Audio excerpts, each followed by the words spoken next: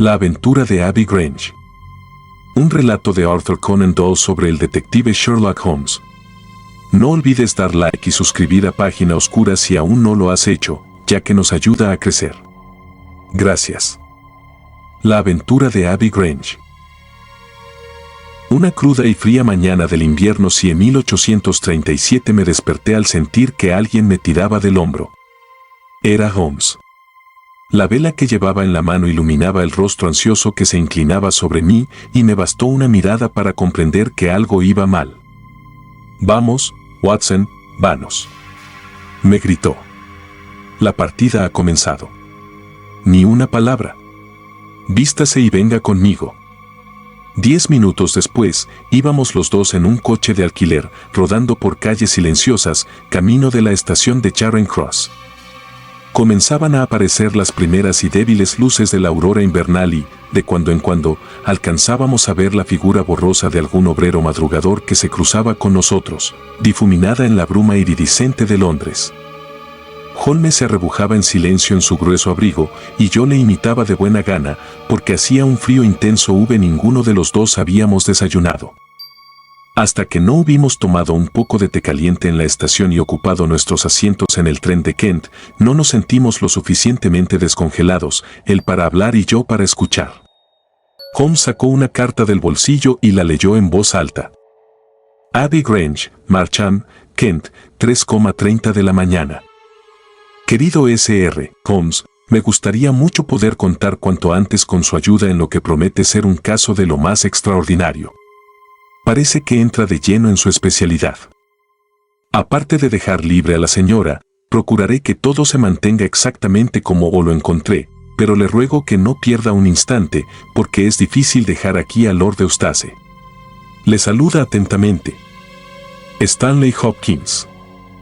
Hopkins ha recurrido a mí en 7 ocasiones, y en todas ellas su llamada estaba justificada, dijo Holmes. Creo que todos esos casos han pasado a formar parte de su colección, y debo reconocer, Watson, que posee un cierto sentido de la selección que compensa muchas cosas que me parecen deplorables en sus relatos. Su nefasta costumbre de mirarlo todo desde el punto de vista narrativo, en lugar de considerarlo como un ejercicio científico, ha echado a perder lo que podría haber sido una instructiva, e incluso clásica, serie de demostraciones. Pasa usted por encima de los aspectos más sutiles y refinados del trabajo, para recrearse en detalles sensacionalistas que pueden emocionar, pero jamás instruir al lector. ¿Por qué no los escribe usted mismo?, dije, algo picado. Lo haré, querido Watson, lo haré. Por el momento, como sabe, estoy demasiado ocupado, pero me propongo dedicar mis años de decadencia a la composición de un libro de texto que compendie en un solo volumen todo el arte de la investigación. La que tenemos ahora entre manos parece ser un caso de asesinato. Entonces, ¿cree usted que Sir Eustace está muerto? Yo diría que sí. La letra de Hopkins indica que se encuentra muy alterado y no es precisamente un hombre emotivo.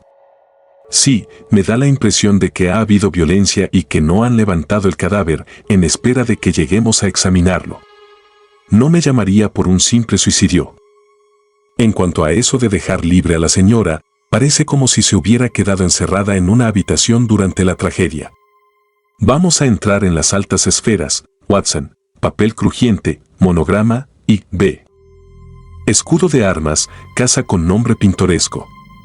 Creo que el amigo Hopkins estará a la altura de su reputación y nos proporcionará una interesante mañana. El crimen se cometió anoche, antes de las 12. ¿Cómo puede saber eso? Echando un vistazo al horario de trenes y calculando el tiempo. Primero hubo que llamar a la policía local, esta se puso en comunicación con Scotland Yard, Hopkins tuvo que llegar hasta allí, y luego me hizo llamar a mí. Todo eso ocupa buena parte de la noche. Bien, ya llegamos a la estación de Chislehurst y pronto saldremos de dudas. Un trayecto en coche de unas 2 millas por estrechos caminos rurales nos llevó hasta la puerta exterior de un amplio jardín, que nos fue franqueada por un anciano guardés, cuyo rostro macilento reflejaba los efectos de algún terrible desastre. La avenida de acceso a la mansión atravesaba un espléndido parque entre hileras de añosos olmos y terminaba ante un edificio bajo y extenso, con una columnata frontal que recordaba el estilo de Palladio. Saltaba a la vista que la parte central, toda cubierta de yedra, era muy antigua, pero los grandes ventanales demostraban que se habían realizado reformas en tiempos modernos, y un ala de la mansión parecía completamente nueva. La puerta estaba abierta y en ella nos aguardaba la figura juvenil del inspector Stanley Hopkins, con su rostro despierto y sagaz. Me alegro mucho de que haya venido, señor Holmes. Y usted también, Dr. Watson. Aunque, la verdad, de haber sabido lo que iba a ocurrir, no les habría molestado, porque en cuanto la señora volvió en sí nos dio una explicación tan clara del asunto que poco nos queda ya por hacer. ¿Se acuerda usted de la banda de ladrones de Louisham? ¿Quiénes? ¿Los tres Randall? Exacto, el padre y dos hijos. Han sido ellos, no cabe la menor duda. Hace 15 días dieron un golpe en Sydenham y fueron vistos e identificados. Hace falta mucha sangre fría para dar otro golpe tan pronto y tan cerca. Y esta vez les va a costar la horca. ¿Así que Sir Eustace está muerto? Sí, le aplastaron la cabeza con su propio atizador de chimenea. Según me ha dicho el cochero, se trata de Sir Eustace Brackenstall. Exacto, uno de los hombres más ricos de Kent. Lady Brackenstall se encuentra en la sala de estar. La pobre mujer ha sufrido una experiencia espantosa. Cuando la vi por primera vez, parecía medio muerta. Creo que lo mejor será que la vea usted y escuche su versión de los hechos. Luego examinaremos juntos el comedor. Lady Brackenstall no era una persona corriente. Pocas veces he visto una figura tan elegante, una presencia tan femenina y un rostro tan bello. Era rubia, de cabellos dorados ojos azules, y no cabe duda de que su cutis habría presentado la tonalidad perfecta que suele acompañar a estos rasgos de no ser porque su reciente experiencia la había dejado pálida y demacrada.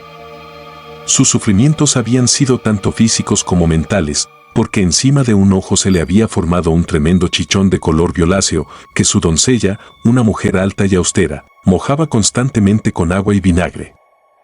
Yacía tendida de espaldas sobre un diván, con aspecto de total agotamiento, pero en cuanto nosotros entramos en la habitación, su mirada rápida y observadora y la expresión de alerta de sus hermosas facciones nos hicieron comprender que la terrible experiencia no había quebrantado ni su ingenio ni su valor.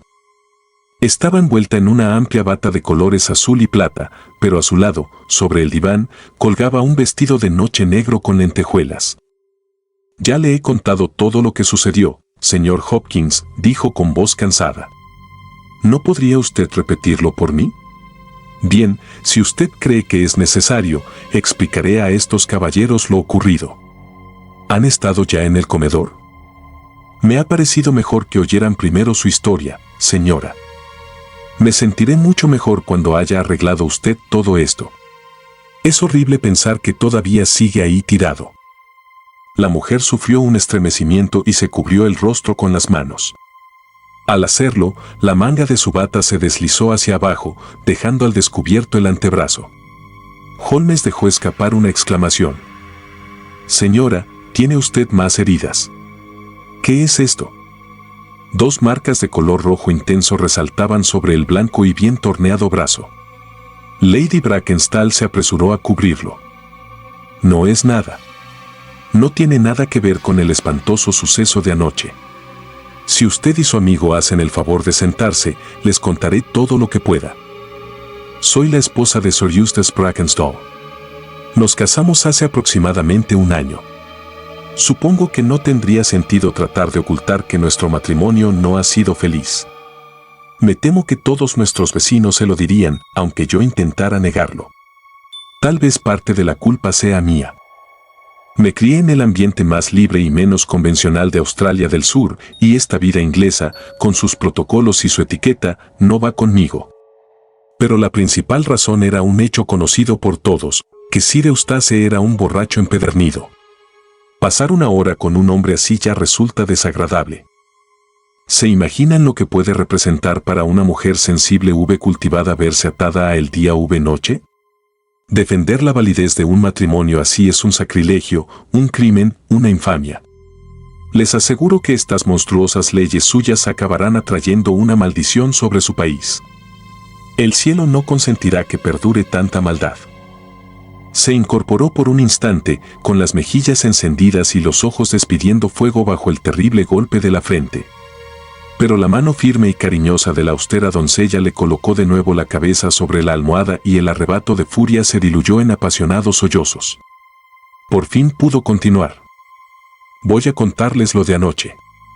Seguramente ya sabrán que en esta casa toda la servidumbre duerme en el ala moderna. En este bloque central vivimos nosotros, la cocina está en la parte de atrás y nuestro dormitorio arriba. Teresa, mi doncella, duerme encima de mi habitación. No hay nadie más en esta parte de la casa y ningún ruido podría despertar a los que están en el ala más apartada. Los ladrones tenían que saberlo, pues de lo contrario no habrían actuado como lo hicieron. Sir Eustace se retiró aproximadamente a las 10:30. La servidumbre ya se había marchado a su sector. La única que seguía levantada era mi doncella, que permanecía en su habitación del piso alto hasta que yo necesitara sus servicios. Yo me quedé en esta habitación hasta después de las 11, absorta en la lectura de un libro. Luego di una vuelta por la casa para asegurarme de que todo estaba en orden antes de subir a mi cuarto. Tenía la costumbre de hacerlo yo misma, porque, como ya les he explicado, Sir Eustace no siempre estaba en condiciones. Revisé la cocina, la despensa, el armero, la sala de billar y, por último, el comedor. Al acercarme a la ventana, que tiene cortinas muy gruesas, sentí de pronto que me daba el viento en la cara y comprendí que estaba abierta. Descorrí las cortinas y me encontré cara a cara con un hombre ya mayor, ancho de hombros, que acababa de penetrar en la habitación. La ventana es un ventanal francés, que en realidad forma una puerta que da al jardín. Yo llevaba en la mano una palmatoria con la vela encendida, y a su luz pude ver a otros 2 hombres que venían detrás del primero y estaban entrando en aquel momento. Retrocedí, pero el hombre se me echó encima al instante. Me agarró primero por la muñeca y después por la garganta. Abrí la boca para gritar, pero él me dio un puñetazo tremendo encima del ojo, que me derribó por el suelo. Debí de permanecer inconsciente durante unos minutos, porque cuando volví en mí descubrí que habían arrancado el cordón de la campanilla y me habían atado con él al sillón de roble situado a la cabecera de la mesa del comedor. Estaba tan apretada que no podía moverme y me habían amordazado con un pañuelo para impedir que hiciera ruido. En aquel preciso instante, mi desdichado esposo entró en el comedor. Sin duda, había oído ruidos sospechosos y venía preparado para una escena como la que, efectivamente, se encontró. Estaba en mangas de camisa y empuñaba su bastón favorito, de madera de espino. Se lanzó contra uno de los ladrones, pero otro, el más viejo, se agachó, cogió el atizador de la chimenea y le pegó un golpe terrible según pasaba a su lado. Cayó sin soltar ni un gemido y ya no volvió a moverse. Me desmayé de nuevo, pero también esta vez debieron de ser muy pocos minutos los que permanecí inconsciente. Cuando abrí los ojos, vi que se habían apoderado de toda la plata que había en el aparador y que habían abierto una botella de vino. Cada uno de ellos tenía una copa en la mano. Ya les he dicho, o no, que uno era viejo y barbudo, y los otros 2 muchachos imberbes. Podrían haber sido un padre y sus 2 hijos. Estaban cuchicheando entre ellos. Luego se acercaron a mí y se aseguraron de que seguía bien atada. Y por fin se marcharon, cerrando la ventana al salir. Tardé por lo menos un cuarto de hora en quitarme la mordaza de la boca, y cuando lo conseguí, mis gritos hicieron bajar a la doncella. No tardó en acudir el resto del servicio y avisamos a la policía, que inmediatamente se puso en contacto con Londres. Esto es todo lo que puedo decirles, caballeros, y espero que no será necesario que vuelva a repetir una historia tan dolorosa. ¿Alguna pregunta, señor Holmes?, preguntó Hopkins. No quiero abusar más de la paciencia y el tiempo de Lady Brackenstall, dijo Holmes. Pero antes de pasar al comedor, me gustaría oír lo que pueda usted contarnos, añadió, dirigiéndose a la doncella. Yo vi a esos hombres antes de que entraran en la casa, dijo ésta. Estaba sentada junto a la ventana de mi habitación y vi a 3 hombres a la luz de la luna, junto al portón de la casa del guardés, pero en aquel momento no le di importancia. Más de una hora después, oí gritar a la señora y bajé corriendo, encontrándola como ella dice, pobre criatura, y al señor en el suelo, con la sangre y los sesos desparramados por todo el comedor. Cualquier otra mujer se habría vuelto loca, allí atada y con el vestido salpicado de sangre, pero a la señorita Mary Fraser de Adelaida nunca le faltó valor y Lady Brackenstall de Abbey Grange no ha cambiado de manera de ser. Creo, caballeros, que ya la han interrogado bastante y ahora se va a retirar a su habitación con su vieja Teresa para tomarse el descanso que tanto necesita. Con ternura maternal, la sombría mujer pasó el brazo alrededor de los hombros de su señora y la ayudó a salir de la habitación. Lleva con ella toda la vida, dijo Hopkins. La cuidó de pequeña y vino con ella a Inglaterra cuando partieron de Australia, hace año y medio. Se llama Teresa Wright y van no se encuentran doncellas de su clase.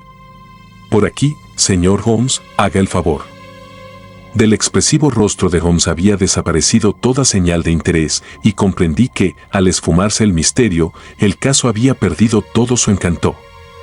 Todavía faltaba practicar una detención, pero ¿qué tenían de especial aquellos vulgares maleantes para que él se ensuciara las manos con ellos? Un especialista en enfermedades raras y difíciles que descubriera que le han llamado para tratar un sarampión experimentaría una desilusión semejante a la que yo leí en los ojos de mi amigo. Aún así, la escena que nos aguardaba en el comedor de Abbey Grange era lo bastante extraña como para atraer su atención y despertar de nuevo su apagado interés. Se trataba de una habitación muy espaciosa y de techo muy alto, con artesonado de roble tallado, revestimiento de paneles de roble y un notable surtido de cabezas de ciervo y armas antiguas adornando las paredes. En el extremo más alejado de la puerta se encontraba el ventanal francés del que habíamos oído hablar. A la derecha, 3 ventanas más pequeñas llenaban la estancia de fría luz invernal. A la izquierda había una chimenea ancha y profunda, con una enorme repisa de roble. Junto a la chimenea había un pesado sillón, también de roble, con travesaños en la base. Entrelazado en los espacios de la madera había un grueso cordón de color escarlata, atado con fuerza a ambos extremos del travesaño de abajo. Al desatar a la señora, había aflojado el cordón, pero los nudos que lo sujetaban al sillón seguían intactos. En estos detalles no reparamos hasta más adelante, porque, por el momento, toda nuestra atención había quedado concentrada en el espantoso objeto que yacía sobre la alfombra de piel de tigre extendida delante de la chimenea. Dicho objeto era el cadáver de un hombre alto y bien constituido, de unos 40 años de edad. Estaba caído de espaldas, con el rostro vuelto hacia arriba y los blancos dientes asomando en una especie de sonrisa entre la barba negra y bien recortada. Tenía las manos cerradas y levantadas por encima de la cabeza, empuñando un grueso bastón de madera de espino. Sus facciones morenas, atractivas y aguileñas estaban retorcidas en un espasmo de odio vengativo que le daba a su muerto rostro una horrible expresión demoníaca. Parecía evidente que se encontraba en la cama cuando percibió que algo ocurría, ya que vestía una camisa de noche con muchos bordados y perifollos, y sus pies descalzos asomaban bajo los pantalones. La cabeza presentaba una herida espantosa, toda la habitación daba testimonio de la ferocidad salvaje del golpe que lo había derribado. Caído junto a él, se veía un pesado atizador de hierro, curvado por la fuerza del golpe. Holmes examinó el instrumento y el indescriptible destrozo que había ocasionado. «Este viejo Randall tiene que ser un hombre muy fuerte», comentó. «Sí», dijo Hopkins. «Tengo algunos datos suyos y es un tipo de cuidado. No debería resultar difícil echarle el guante. Ni lo más mínimo. Le anduvimos buscando durante algún tiempo y llegó a decirse que había huido a América, pero ahora que sabemos que la banda está aquí, no hay manera de que se nos escape. Ya hemos dado aviso en todos los puertos de mar y antes de esta noche se ofrecerá una recompensa. Lo que no entiendo es cómo han podido hacer una salvajada semejante, sabiendo que la señora daría su descripción y que nosotros teníamos que reconocerla por fuerza». «Exacto. Lo más lógico habría sido asesinar también a Lady Brackenstall para callarle la boca. Tal vez no se dieran cuenta de que se había recuperado de su desmayo», aventuré yo. «Parece bastante probable. Si creyeron que seguía inconsciente, no tenían por qué matarla. ¿Qué me dice de este pobre hombre, Hopkins?». Era un hombre de buen corazón cuando estaba sobrio, pero un verdadero demonio cuando estaba borracho o, mejor dicho, cuando estaba medio borracho, porque casi nunca se emborrachaba hasta el límite. En esas ocasiones parecía poseído por el diablo y era capaz de cualquier cosa. Por lo que he oído, a pesar de su fortuna y de su título, ha estado 1 o 2 veces a punto de cruzarse en nuestro camino. Hubo un escándalo que costó bastante callar, porque se dijo que había rociado de petróleo a un perro y le había prendido fuego. Para empeorar las cosas, se trataba del perro de la señora. Y en otra ocasión le tiró una garrafa a la cabeza a Theresa Wright, la doncella. También entonces se armó un buen lío. En general, y esto que quede entre nosotros, la casa resultará más agradable sin él. ¿Qué mira usted ahora? Holmes se había puesto de rodillas y examinaba con gran interés los nudos del cordón rojo con el que habían atado a la señora. A continuación, inspeccionó concienzudamente el extremo que había quedado roto y deshilachado cuando el asaltante arrancó el cordón. Al arrancar esto, la campanilla de la cocina tuvo que hacer un ruido tremendo, comentó. Nadie podía oírlo. La cocina está en la parte de atrás de la casa. ¿Y cómo sabía el ladrón que no lo iba a oír nadie? ¿Cómo se atrevió a tirar del cordón de una campanilla de manera tan insensata? Exacto, señor Holmes, eso es. Acaba usted de plantear la misma pregunta que yo me vengo haciendo una y otra vez. No cabe duda de que este sujeto conocía la casa y sus costumbres. Tiene que haber estado completamente seguro de que toda la servidumbre se había acostado ya, a pesar de ser relativamente temprano, y de que nadie podía oír sonar la campana de la cocina. De lo que se deduce que tenía que estar compinchado con alguno de los sirvientes. Esto, desde luego, es de cajón. Lo malo es que hay 8 sirvientes, y todos tienen buenas referencias. En igualdad de condiciones, dijo Holmes, uno se inclinaría a sospechar de la persona a quien le tiraron una garrafa a la cabeza. Sin embargo, eso supondría una traición a su señora, por quien esta mujer parece sentir devoción. Bueno, este detalle carece de importancia, porque cuando agarre usted a Randall no creo que le resulte difícil averiguar quiénes fueron sus cómplices. Desde luego, todos los detalles que tenemos a la vista parecen corroborar el relato de la señora. Si es que necesitaba corroboración, se acercó al ventanal francés y lo abrió de par en par. Aquí no se ven huellas, pero el terreno es durísimo y no es de esperar que las haya. Veo que esas velas que hay encima de la repisa de la chimenea han estado encendidas. Sí, los ladrones se alumbraron con ellas y con la palmatoria de la señora. ¿Y qué se llevaron? Pues no se llevaron gran cosa, como media docena de artículos de plata que había en ese aparador. Lady Brackenstall opina que la muerte de Sir Eustace los debió impresionar y que por eso no saquearon la casa, como habrían hecho en otras circunstancias. Seguro que fue eso. Y sin embargo, se pusieron a beber vino, según tengo entendido. Para calmarse los nervios. Ya. Supongo que nadie ha tocado estas 3 copas que hay sobre el aparador. Así es, y la botella está tal como la dejaron. Vamos a ver. Caramba. ¿Qué es esto? Las 3 copas estaban juntas, todas ellas con rastros de vino, y una de ellas contenía bastantes pozos. La botella estaba cerca de las copas, llena en sus 2/3 partes, y junto a ella había un tapón de corcho, largo y muy manchado. El aspecto de la botella y el polvo que la cubría indicaban que los asesinos habían saboreado un vino nada corriente. La actitud de Holmes había cambiado de pronto. Su expresión de indiferencia había desaparecido y de nuevo pude advertir una chispa de interés en sus ojos hundidos y penetrantes. Cogió el corcho y lo examinó minuciosamente. ¿Cómo sacaron el corcho?, preguntó. Hopkins señaló un cajón a medio abrir. En su interior había unas cuantas piezas de mantelería y un enorme sacacorchos. ¿Ha dicho Lady Brackenstall que usaron ese sacacorchos? No, recuerde que estaba inconsciente mientras ellos abrían la botella. Es cierto. La verdad es que no utilizaron este sacacorchos. Esta botella se abrió con un sacacorchos de bolsillo, probablemente de los que van incorporados a una navaja y que no tendría más de 1,5 pulgadas de largo. Si examina usted la parte superior del corcho, verá que tuvieron que meter el sacacorchos 3 veces para poder sacar el tapón. No han llegado a atravesarlo. Este sacacorchos tan grande habría atravesado el tapón y lo habría sacado de un solo tirón. Cuando atrape usted a ese tipo, verá cómo lleva encima una de esas navajas de múltiples usos. «Magnífico», exclamó Hopkins. «Pero estas copas confieso que me desconciertan».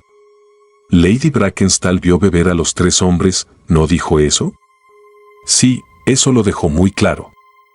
«Entonces, eso zanja la cuestión. ¿Qué más podríamos decir?» «Y sin embargo, Hopkins, tiene usted que admitir que estas 3 copas son muy curiosas». «¿Cómo? ¿Que no ve usted nada de curioso en ellas?» «Está bien, dejémoslo correr». Es posible que cuando un hombre posee facultades sube conocimientos especiales, como los míos, tienda a buscar explicaciones complicadas aunque tenga una más sencilla a mano.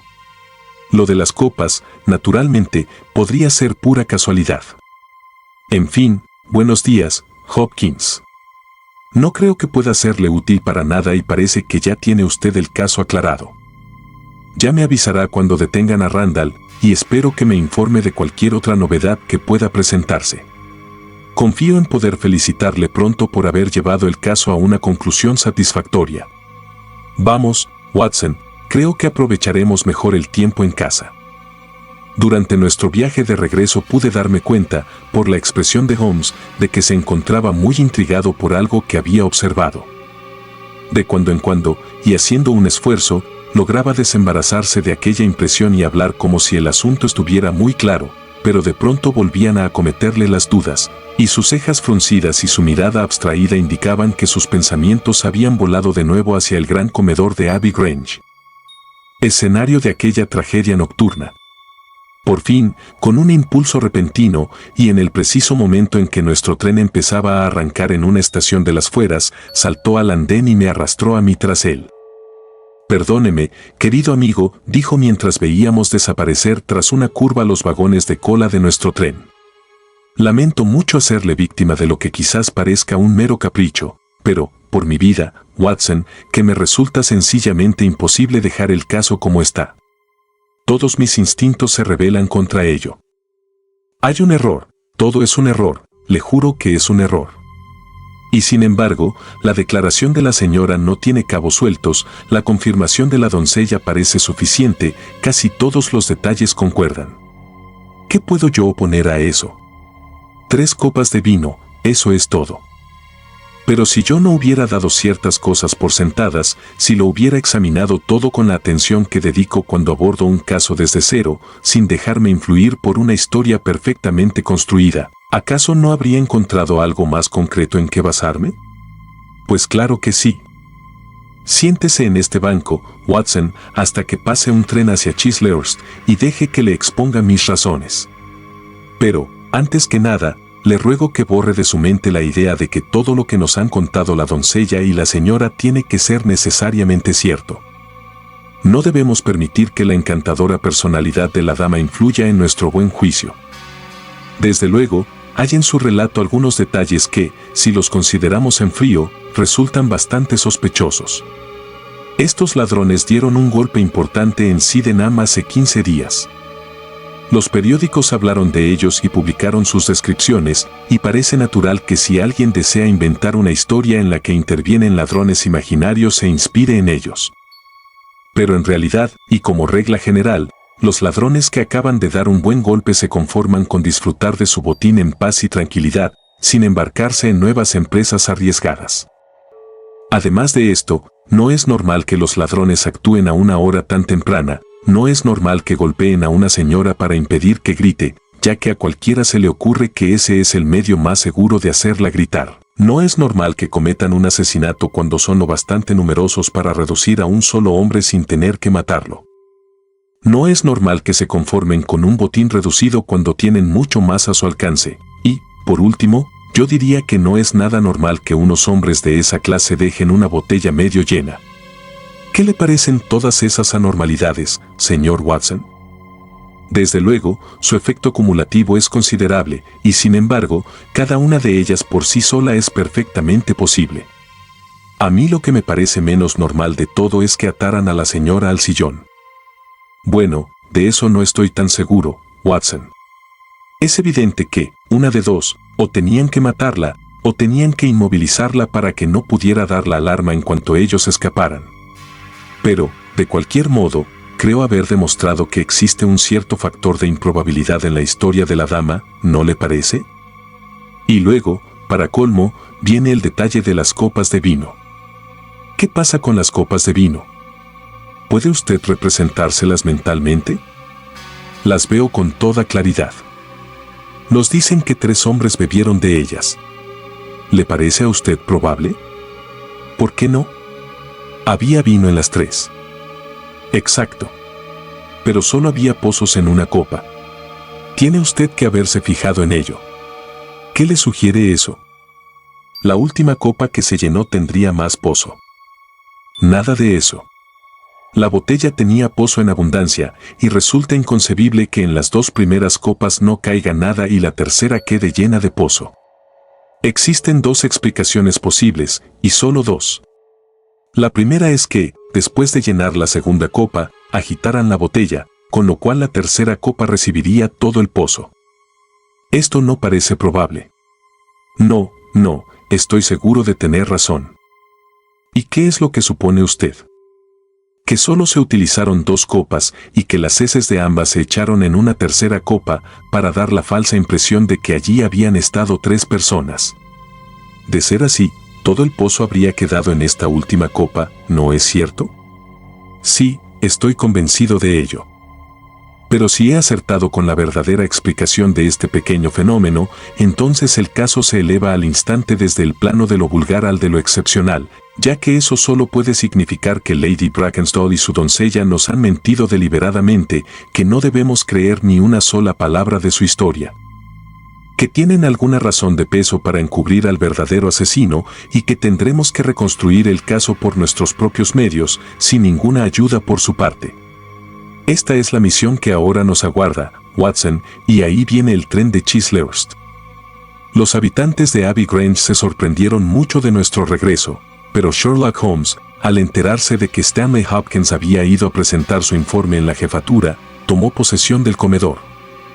Cerró la puerta por dentro y se enfrascó durante 2 horas en una de aquellas minuciosas y concienzudas investigaciones que formaban la sólida base en la que se apoyaban sus brillantes trabajos deductivos. Sentado en un rincón, como un estudiante aplicado que observa una demostración del profesor, yo seguía paso a paso aquella admirable exploración.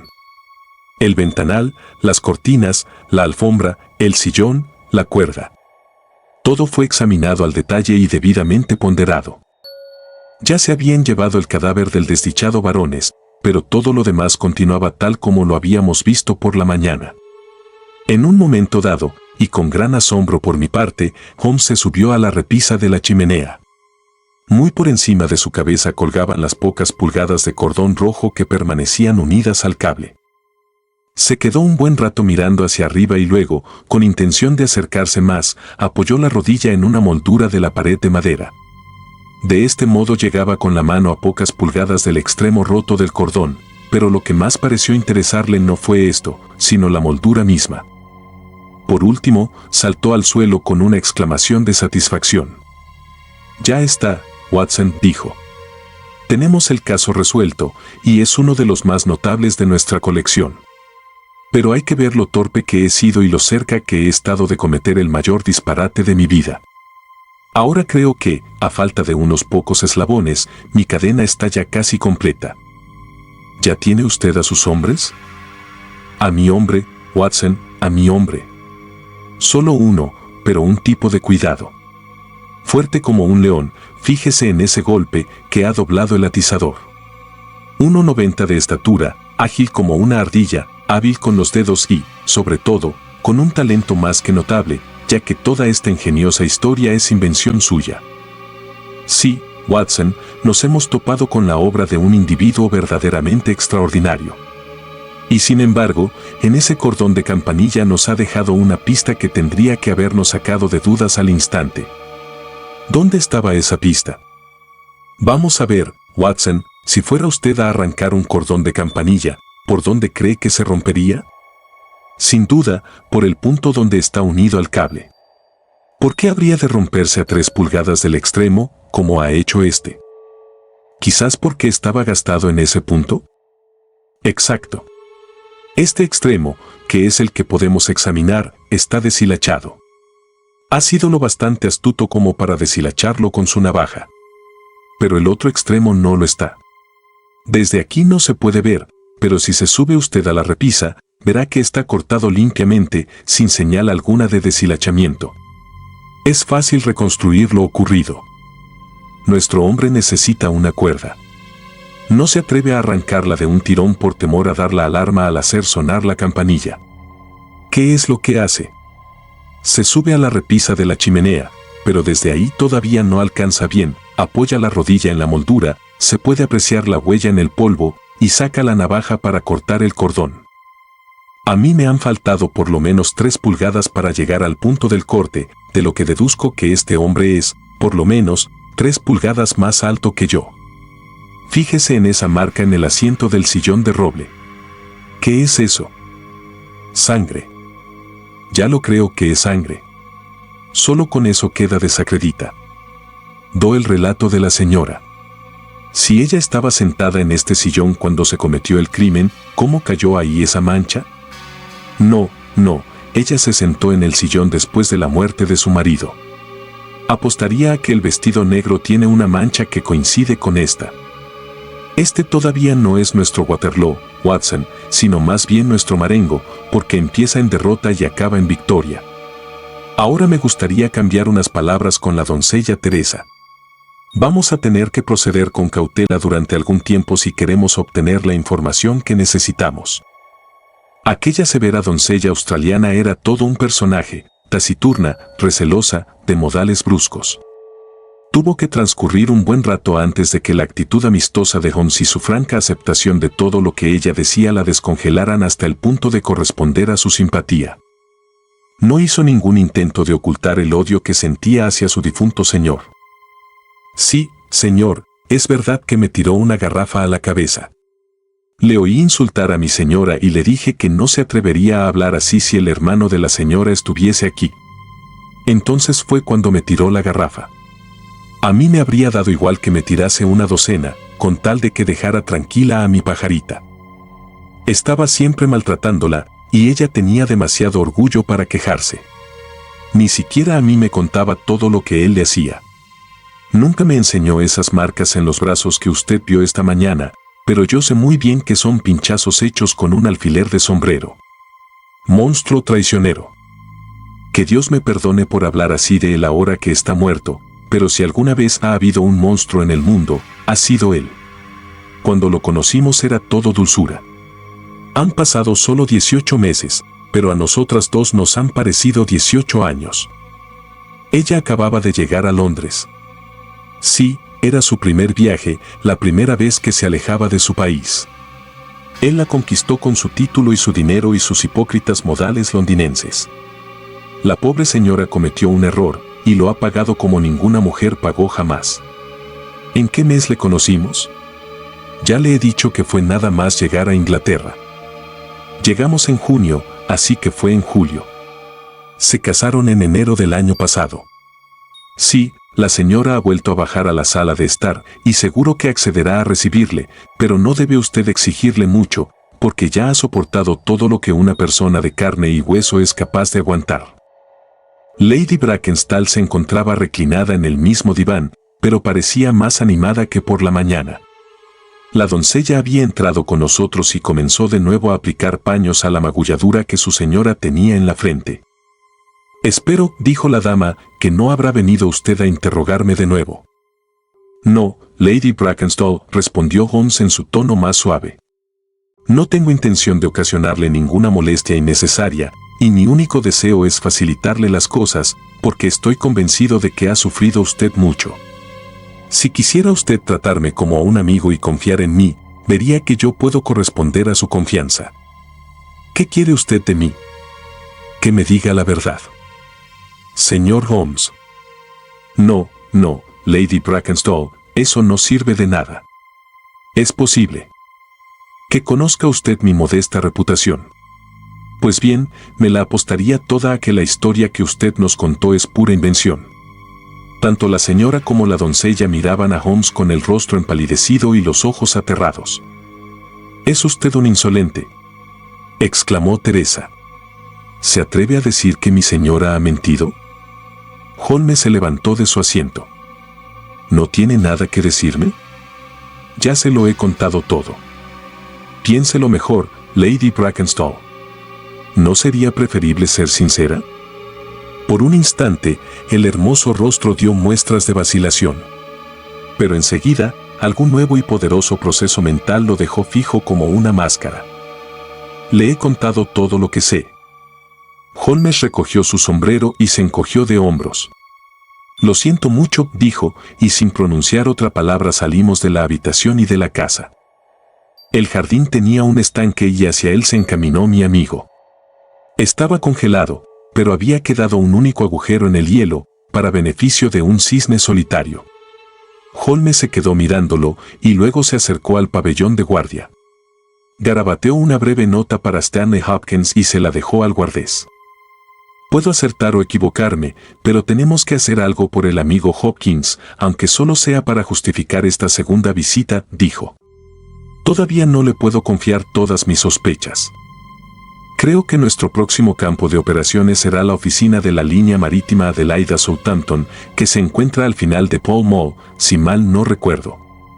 Hay otra línea de vapores que hace el servicio entre Australia del Sur e Inglaterra, pero consultaremos primero en la más importante». La tarjeta de Holmes nos procuró al instante la atención del gerente y no tardamos en obtener toda la información que mi amigo necesitaba. En junio del 1995, solo un barco de esa línea había llegado a un puerto inglés, el Rock of Gibraltar, el más grande mejor de los transatlánticos. Una consulta a la lista de pasajeros permitió corroborar que en él había viajado la señora Fraser, de Adelaida, en compañía de su doncella. En aquellos momentos, el barco navegaba rumbo a Australia, por aguas situadas al sur del Canal de Suez.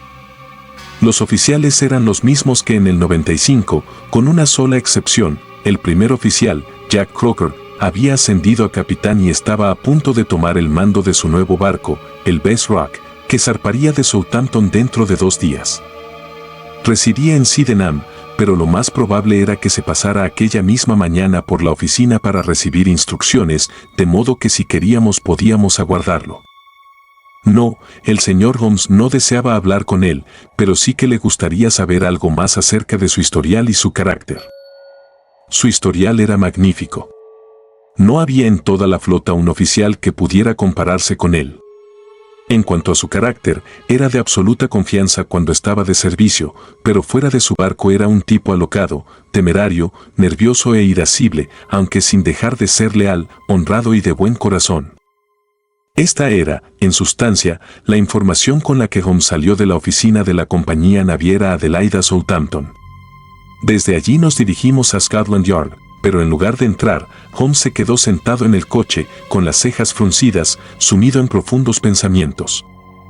Por último, se hizo llevar a la oficina de telégrafos de Charing Cross, donde cursó un telegrama y regresamos al fin a Baker Street.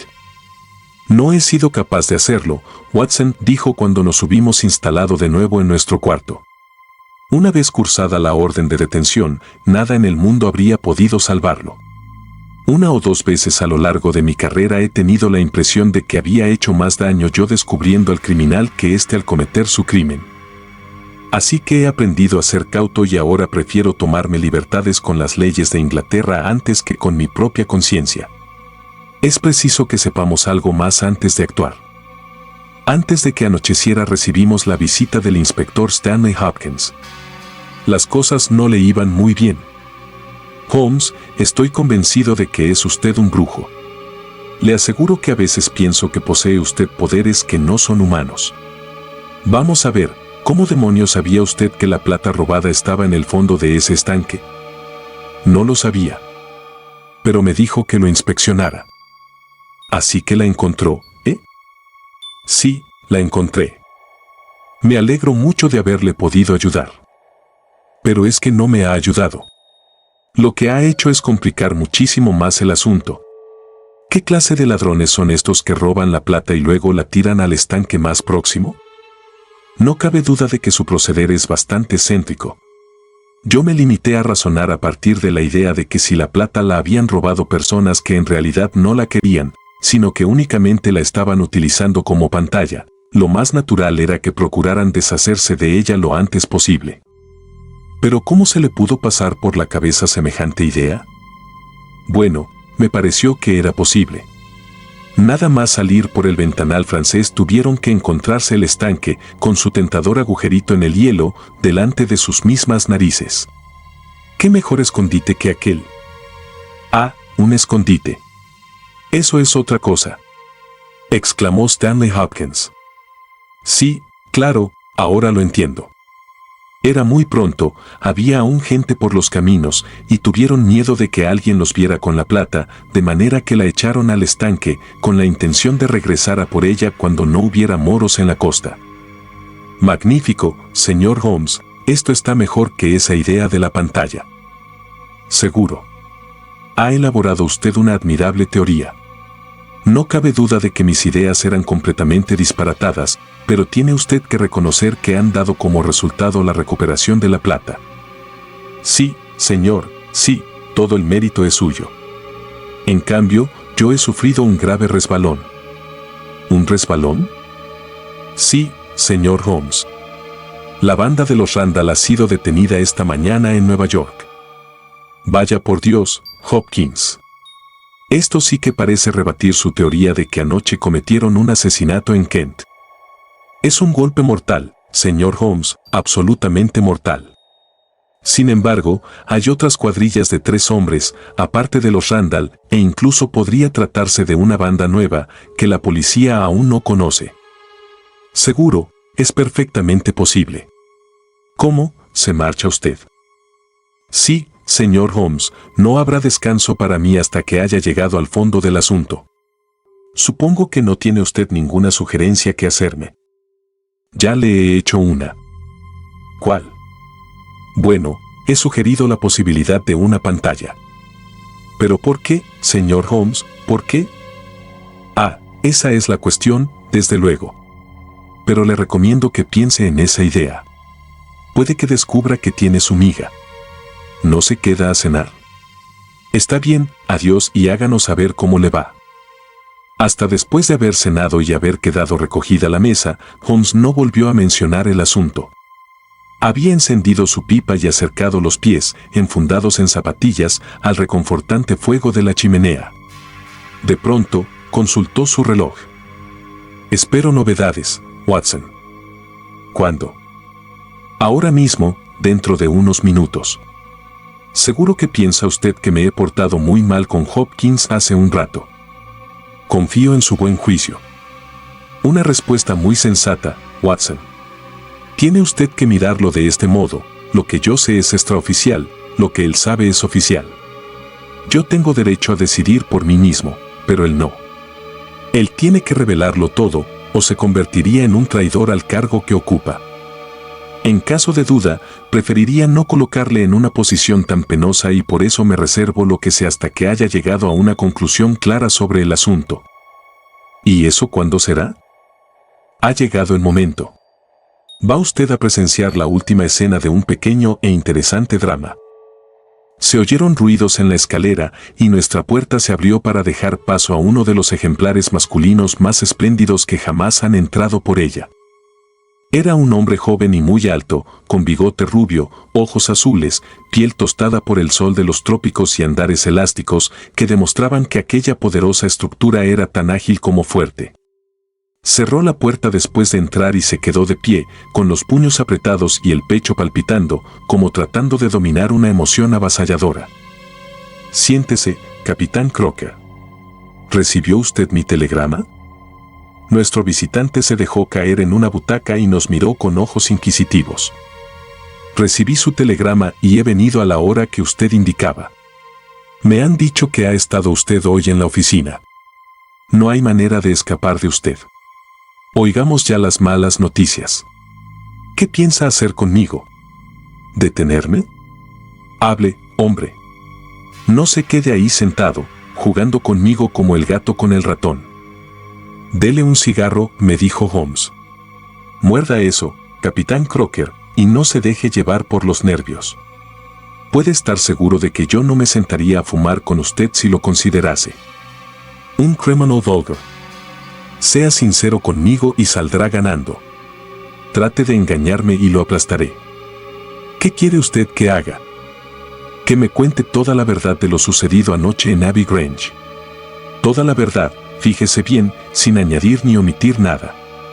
Es ya tanto lo que sé, que si se desvía usted una pulgada del camino recto, tocaré este silbato de policía desde la ventana y el asunto quedará fuera de mis manos para siempre».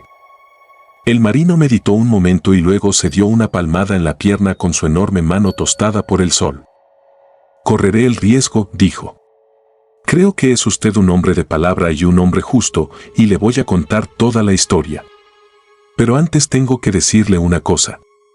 Por lo que a mí respecta, no me arrepiento de nada, no temo nada, volvería a hacer lo que hice y me sentiría orgulloso de haberlo hecho. Maldita bestia. Aunque tuviera más vidas que un gato, no le bastaría con todas ellas para pagar lo que hizo. Pero está la señora Mary Fraser, porque jamás me harán llamarla por ese otro maldito apellido. Cuando pienso los problemas que esto puede ocasionarle, yo quedaría la vida solo por hacer brotar una sonrisa en su amado rostro. Es que se me hace la sangre agua. Y sin embargo, ¿qué otra cosa podía yo hacer? Voy a contarles mi historia, caballeros, y después les preguntaré, de hombre a hombre, si podía haber hecho otra cosa. Tengo que retroceder un poco. Parece que ustedes lo saben todo, así que supongo que ya saben que la conocí cuando ella era pasajera y yo primer oficial del Rock of Gibraltar. Desde que la vi por vez primera no existió otra mujer para mí. Cada día del viaje la amaba más, y muchas veces, durante la oscuridad de la guardia nocturna, me he arrodillado para besar la cubierta del barco allí donde sus queridos pies la habían pisado. Ella nunca me prometió nada. Me trató con toda la honradez con que una mujer puede tratar a un hombre. No tengo ninguna queja. Por mi parte, todo era amor, por la suya, buena camaradería y amistad. Cuando nos separamos, ella era una mujer libre, pero yo ya no podría ser libre jamás.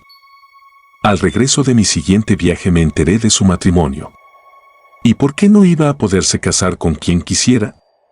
Título y dinero. ¿A quién iban a sentarle mejor que a ella? Nació para todo lo bello y delicado.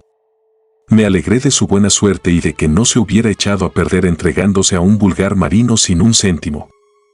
Así es como yo amaba a Mary Fraser. En fin, pensaba que no la volvería a ver, pero al concluir mi último viaje fui ascendido a capitán y mi nuevo barco aún no se había botado, de manera que tuve que esperar un par de meses, y fui a pasarlos con mi familia en Sydenham. Y un día, en un camino rural, me encontré con Teresa Wright, su vieja doncella, que me contó cosas de ella, de él, de todo. Les aseguro, caballeros, que casi me vuelvo loco ese perro borracho. Atreverse a ponerle la mano encima, él, que no era digno ni de lamerle los zapatos. Volví a ver a Teresa. Después vi a la propia Mary, y la volví a ver por segunda vez. A partir de entonces ella ya no quiso que siguiéramos viéndonos. Pero el otro día recibí el aviso de que mi barco zarparía en una semana y decidí verla una vez más antes de partir. Teresa siempre estuvo de mi parte, porque quería a Mary y odiaba a ese canalla casi tanto como yo. Por ella me enteré de las costumbres de la casa. Mary solía quedarse a leer en su salita de la planta baja. Anoche me acerqué hasta allí arrastrándome y arañé el cristal de la ventana.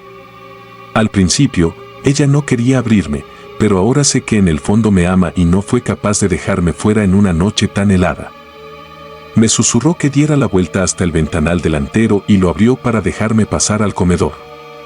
Una vez más, escuché de sus labios cosas que me hicieron hervir la sangre y una vez más maldije a ese bruto que maltrataba a la mujer que yo amaba.